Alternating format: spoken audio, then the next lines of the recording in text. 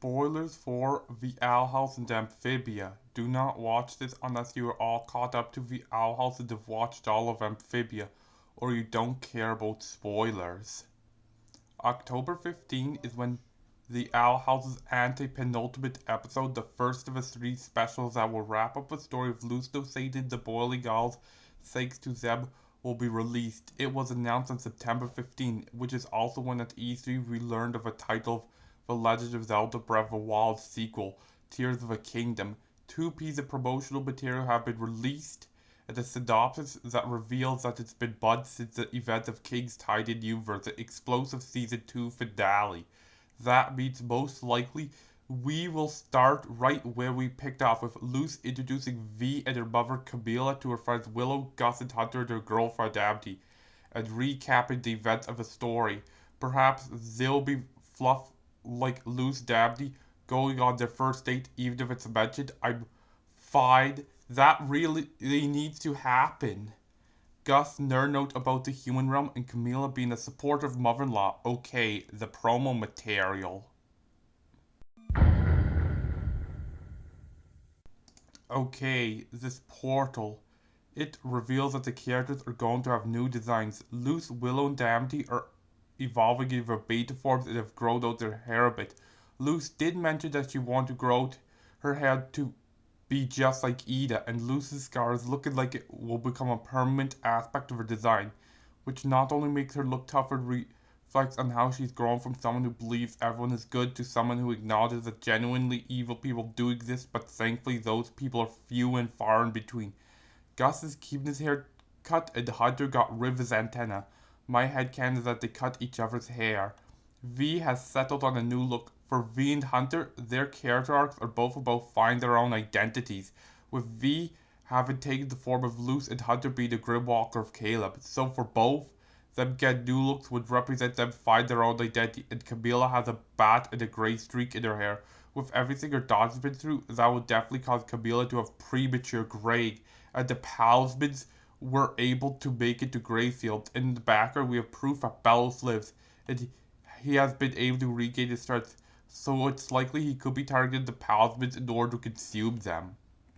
Of course, by the end of King's Tide, I'm sure everybody thinks Bellows is dead, but he's been lying low. Because as a tiny blob, he would probably be defeated in seconds by anyone, and he has no reason to cooperate with a Hexside 5, as he most likely thinks that Will, Amity, Gus are the last living witches, and once they, Hunter and Vee, have dealt with, his job will be done. And there's statues of him and Caleb, who he still misses despite his perceived betrayal. He'll be able to rest that humanity commemorates him as a hero. And again, he did succeed in physically and mentally breaking the Hexside 5, only being stopped by the Collector, so we know that he's too strong to fight, unless Vee is used to suck him up like Kirby. But again, it's likely that they'd have to fight smarter rather than stronger, but that is still tough, as Philip Whitbrain is one of the strongest, is one of the smartest, if not the smartest character in the series, and could possibly be the smartest human to have ever lived in the shared multiverse of Gravity Falls, Amphibia, the Owl House, and Rick and Morty. Sorry for Marcy and Rick. Oh, and they're the graveyard. It could be possible that they go there for Hunter to learn of a human side of a story of his genetic template in the creature. I really need flashbacks of young Philip and Caleb, as well as Caleb's romance with a Clawthorn ancestor, and for Luz to visit her father's grave. Now, what significance would the graveyard have to Bellows? He probably vandalized his own headstone to Caleb's in order to give Caleb's actual date of death and that Philip lives, but I'm sure that it gets the Hexside 5's attention, which he could do to lure them into a trap, or he could consume human corpses as a poor man's substitute for Palismans, which could lead to him feeding on Mr. Noceda's bones and tricking Luz and Camila by taking the form of their deceased family member. It could be the last straw for Camila, as if a crazy asshole who tried to murder my daughter, dollar friends, rob my late husband's grave, ate his corpse and assumed his form, I'd wipe him from the face of the earth. And it's definitely a Halloween episode. As for the tree, I'm sure it looks like the geometry because there is going to be Lumity development. Perhaps Luz will become unhealthily obsessed with making the portal back, which Abby will call her out for. This will cause Luz to stop blaming herself for everything. Girl, you're not all powerful. You're only 14 years old. And develop a healthier mindset. And if Mr. Noceda becomes a plot point, we will need flashbacks of when he was alive to establish the dynamic between his widow and daughter. Have Luz face the trauma that's been lurking in the background since day one head on, as she tends to avoid talking about it unless absolutely necessary. And even when she's forced to address it, Luz downplays how much her father's death affects her. It's clear that Mr. Noceda was loved by his family for a good reason, as it's been years since his death, and Camila still keeps a portrait of him in her living room, and thinking of him makes Luz irritable, and talking about him makes her too weak to stand. Anyways, that's all I have for the post. It's now on to some promo art that Dana Terrace herself released.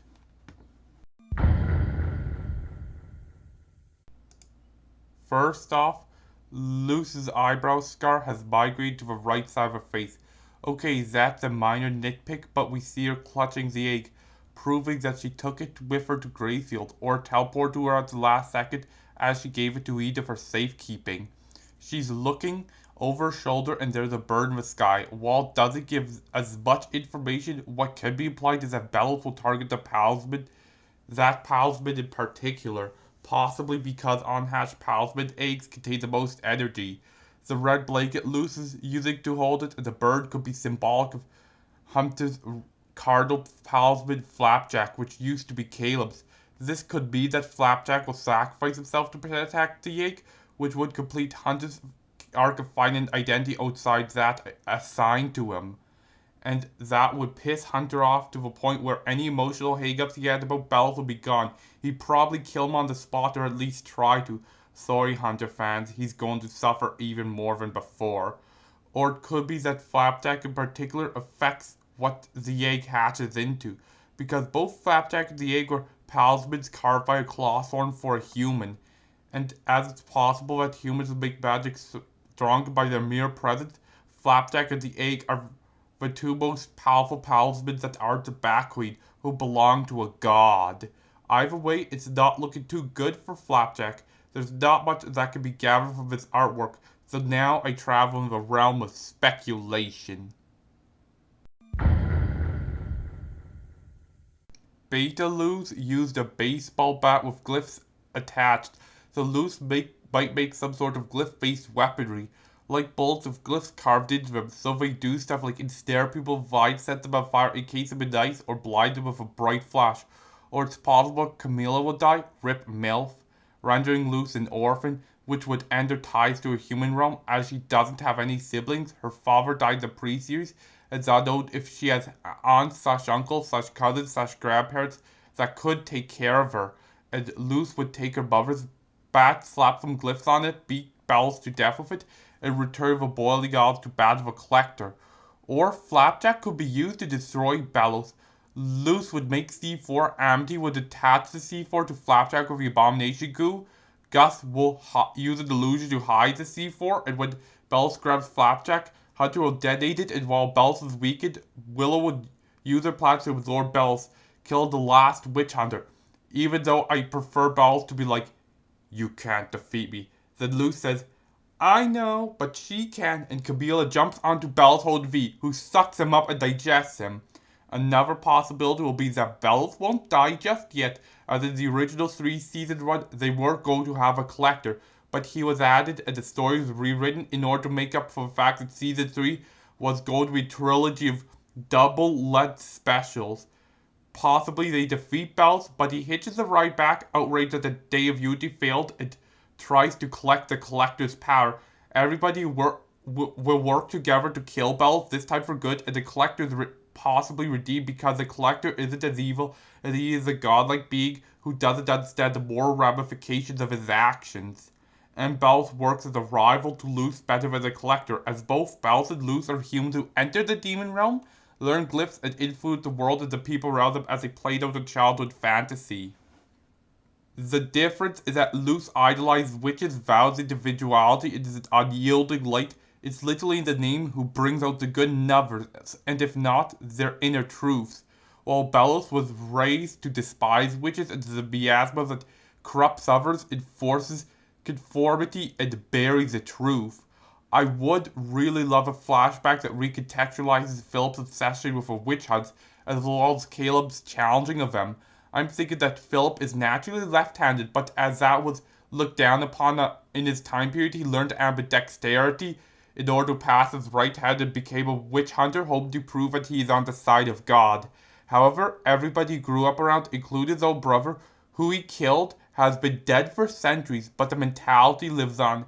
Caleb was Philip's main caretaker and encouraged his witch hunting as he pursued a witch, the ancestor of a Clawthorn clan, which his special will most likely confirm, into a boiling oz. The brothers got separated and interacting with witches like Caleb challenged his worldview, until he ended up falling in love with that Clawthorn ancestor and fathering a child. Years later, Philip and Caleb reunited, and while Caleb was overjoyed to see that his little brother was alive, Philip was outraged. So much so that he tried to kill his pregnant sister-in-law, but Caleb fought back, and the place where they fought was ignited due to Caleb knowing of his brother's fear of fire, but Philip mercilessly stabbed his brother to death. The Clawthorn ancestor fled, blasting Philip for killing her husband, and buried the portal door, which I believe she created from a research on the properties of Titan's blood, and swore off researching Titan's blood as long as she lived. Another theory is that the witch's bile sacs and Hunter's Galderstone will act as biological time limits. We don't know if witches need bile to live, but it's implied that they do, as being drained by a basilisk or Bells' brands leaves them in a coma. But those are forceful draining, and the witches may need the magical energy field of a demon realm or food from a boiling isles to replenish their bile. And Galderstones, a Grimwalker making ingredient, don't generate magic. They boost pre-existing magic. It could be that overusing their magic and just existing in the human realm for too long will cause Empty, Willow, Gus, and Hunter to grow lethargic and closer to death, required Luz to scramble to make a portal. One last theory I'd like to entertain is Luz dying. The story seems to be following a similar pattern to Amphibia, with King's Tides ending feeling a lot like Amphibia's Season 2 finale, True Colors. With Amphibia, it had the pattern of death/sacrifice by each member of a Calamity trio in each season's finale. Season 1's finale, Reunion, had Sasha let go of Anne so she wouldn't drag her to fall off the Toe Tower with her, but she's caught by Grime. Season 2's finale, True Colors, has Marcy hold the Calamity Box long enough for Anne to plant hearts to get to Los Angeles, but she got stabbed through the heart by King Andreas, providing intense final scenes that are scary to young audiences that the episode's titles warned us of. However, Marcy is kept alive by utopian tech, presumably by half of their heart, which now looks like a marshmallow peeps that's been left in the microwave, replaced by a cybernetic one, as Andreas' boss, the Core, needs her alive to become its host, as she's smarter than Andreas. Then, the Season 3 finale and series finale, the hardest thing had Anne use the Calamity Gems to destroy the Core and the Moon. It hoped to make sure that if it can't rule Amphibia, no one can with, knowing full well that it will kill her. And then God showed up to revive her/replace her with a clone, because we needed to know where the Calamity Gems came from, and we can't have a protagonist who's 13 and a half years old by the time of her death stay dead from her body, literally ripping itself apart from all the divine energy she exposed it to. Or she is a clone of divine origin with false memories takes her place. It's a ship of Caesar's paradox. The pattern is an agony of witch, where Ida let the curse take over to protect Luz, and in King's Tide, King uses wet to send Luz to Earth, taking his role as a collector's playmate.